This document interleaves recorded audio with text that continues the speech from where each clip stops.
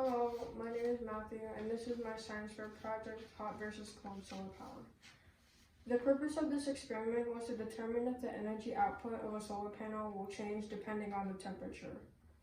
My hypothesis was that the cold temperature would make the solar panel receive less power from the sun, and the hot water would not change the panel at all. I tested this by putting bags of cold water and bags of hot water under a solar panel to see if it would change. When I first started my experiment, I observed the solar panel with no water, then with cold water under the panel, then with hot water.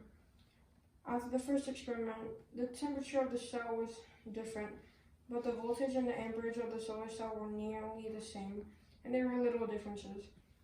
The second experiment was also the same, and most of the measurements were the same, but the solar cell temperature was different.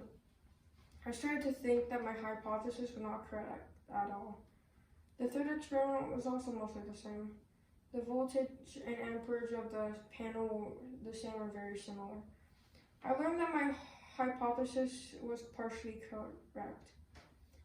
The cold water didn't change the amount of energy absorbed in the solar panel, but the hot water also didn't change the energy either.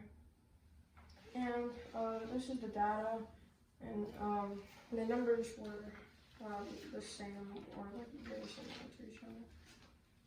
Also, this is my log book and my report book.